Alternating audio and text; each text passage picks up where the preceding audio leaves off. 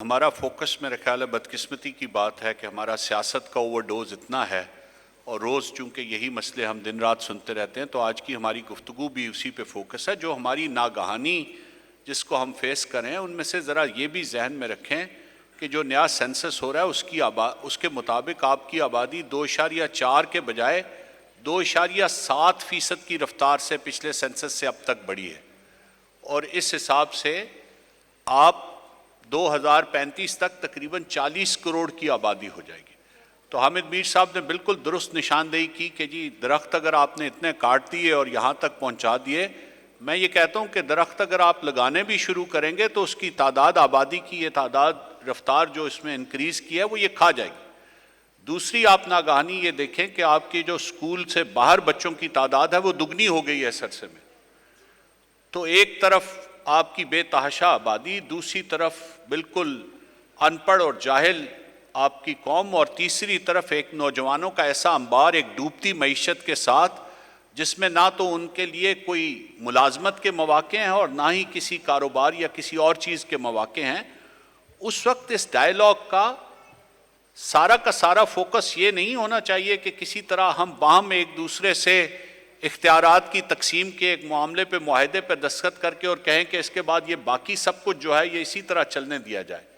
تو پھر اگر ڈائیلاگ ہونا ہے تو یہ ذرا وائڈر بنیاد پہ ہونا چاہیے، ہمارا کنسنسس ایک نیشنل ہونا چاہیے، اس میں پھر ساری سیاسی جماعتوں کو ایک ایجنڈے پر بھی اکٹھا ہونا چاہیے، کیونکہ جس طرح حامد صاحب نے کہا کہ خالی الیکشن ہونے سے تمام مسائل کا حل نہیں ہو جائے گا۔ میں کہتا ہوں الیکشن ہونے سے شاید کسی بھی مسئلے کا حل، یہ میں نہیں کہہ رہا کہ الیکشن اپنے وقت پہ نہیں ہونے چاہیے، یہ میں بار بار کہتا ہوں کہ جو چیز آئین میں جس کے لیے کوئی ایک پرسکرپشن دی گئی وہ ناقابل بحث بات ہے، اس پہ بحث کرنا ہونا کسی بھی مہذب معاشرے میں وہ بحث ہونی نہیں چاہیے، ہو رہی ہے، یہ بدقسمتی کی بات ہے۔ لیکن بات یہ ہے کہ اگر وہ اس مسئلے کا حل نہیں ہے تو پھر جو اہم چیزیں ہیں، جو تیزی سے خط غربت سے نیچے ڈھلکتے اور لڑکتے ہوئے لوگوں کی تعداد میں جو ہوش ربا اضافہ ہے، جو تقریباً دگنا ہو چکا ہے 2017 سے لے کے 2023 تک، یہ بھی اس ایجنڈے کا اور اس کنسنسس کا اور اس گفتگو کا حصہ ہونا چاہیے کہ ہم نے پھر اس ملک کو چلانا کیسے ہے۔ خالی یہ نہیں ہے کہ جی اس گفتگو کے نتیجے میں الیکشن ہو اور پارٹی اے یا بی یا سی برسر اقتدار آ جائے۔ اور میں جب یہ بار بار کہتا ہوں کہ جی سیاسی جماعتیں جو ہیں ان پہ جب میں فوکس لاتا ہوں تو وہ اس حوالے سے لاتا ہوں کہ اگر 2018 میں ایک چیز ہو گئی تھی تو 2022 میں حامد صاحب نے تھوڑا سا اشارہ کیا، کسی دن زیادہ میرے خیال ہے موڈ میں آئیں گے تو شاید یہ بتا دیں گے، ان کا اکثر زرداری صاحب سے خاصی گفتگو رہتی ہے، تو بتا دیں گے کہ ان کو کس نے کہا تھا کہ آپ نے شہباز شریف کے علاوہ کسی اور پہ اتفاق نہیں کرنا۔ مجھے یہ پتہ ہے، معلوم انہیں ہے، لیکن شاید آج مناسب نہیں سمجھتے کہ آج یہ بتائیں،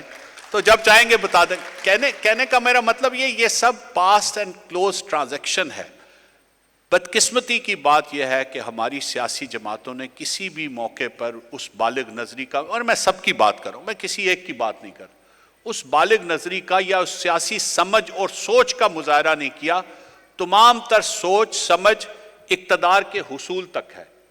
اور میں بڑے احترام سے یہ کہہ رہا ہوں کہ اگر ایک مرتبہ پھر اس تباہی کے دھانے پہ پہنچنے کے بعد ہم یہ کہیں کہ ایک دوبارہ سے بیٹھ کے ڈائیلاگ کیا جائے اور اس ڈائیلاگ کے نتیجے میں پھر ایک سیاسی جماعت اقتدار میں آ جائے بغیر کسی، چاہے کوئی بھی آئے، جس کو لوگ الیکٹ کریں، سیاسی جماعت وہی آنی چاہیے، کسی اور کی مرضی سے نہیں آنی چاہیے۔ لیکن اس کے بعد پھر ہم اسی سفر پہ دوبارہ چل پڑیں کہ تمام آئین، تمام قانون، تمام حقوق، تمام پارلیمنٹ کی جو اختیارات ہیں ان سب کو پسے پش ڈال کے کسی فرد کے ساتھ چلا جائے، تو پھر یہ ممکن نہیں ہوگا۔ اچھا، میں چونکہ اب گفتگو کا آخری سیشن ہے، ہم کنکلوڈ کرنے جا رہے ہیں۔ آپ نے کہا کہ بالغ نظری کا ثبوت دینا چاہیے تمام سیاسی جماعتوں کو، تو انیشیٹو کس کو لینا چاہیے؟ آپ کو نہیں لگتا کہ حکومت جو ہے اسے اس وقت فراغ دلانہ پیشکش کرنی چاہیے، انیشیٹو لینا چاہیے؟ آپ کیا سمجھتے ہیں انیشیٹو کون لے گا اس وقت جو تب سب کو ایک ساتھ بٹھا سکے؟ کیا حکومت کو انیشیٹو لینا چاہیے آپ کا خیال ہے، یا کوئی اور ہو، کوئی تیسرا ادارہ ہو جس کو انیشیٹو لینا چاہیے، حکومت کے ماتحت کوئی ادارہ؟ جی میرے خیال میں تو جب بھی پاکستان کی تاریخ لکھی جائے گی تو اس حکومت کے ذمے جو سب سے بڑی ناکامی آئے گی وہ یہ آئے گی کہ جس وقت اس کو لیڈ لینی چاہیے تھی اس معاملے کو سیاسی طور پہ حل کرنے کی، اس وقت اس نے وہ لیڈ نہیں لی۔ تو یہ ہمیشہ حکومتوں کی ذمہ داری ہوتی ہے، یہ اپوزیشن کی کبھی ذمہ داری نہیں ہوتی کہ وہ معاملے کو سلجھا کے طے کرنے کی کوشش کریں۔ یہ ایک فیلئر ہے، اس کی وجوہات آج کے موضوع کا حصہ نہیں ہیں، کسی اور موضوع کا کبھی حصہ ہوں گی تو میں اپنی رائے ضرور دوں گا۔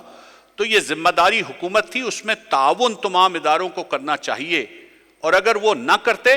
تو پھر وہ پاکستان کی تاریخ میں مورد الزام ٹھہرتے، چاہے وہ کوئی بھی ادارہ ہوتا، میں کسی کو بھی اس سے باہر نہیں رکھ رہا۔ لیکن بدقسمتی کی بات یہ ہے کہ حکومت نے وہ انیشیٹو نہیں لیا، اور دوسری طرف یہ ہوا کہ جب حکومت نے وہ انیشیٹو نہیں لیا تو پھر گنجائش بہت بڑھ گئی ان لوگوں کو جو حکومت سے باہر تھے، ان کے لیے یہ گنجائش بہت بڑھ گئی کہ وہ ایک بہانے سے یا دوسرے بہانے سے بات کو ایگریشن کی طرف اور تصادم کی طرف لے کے جائیں۔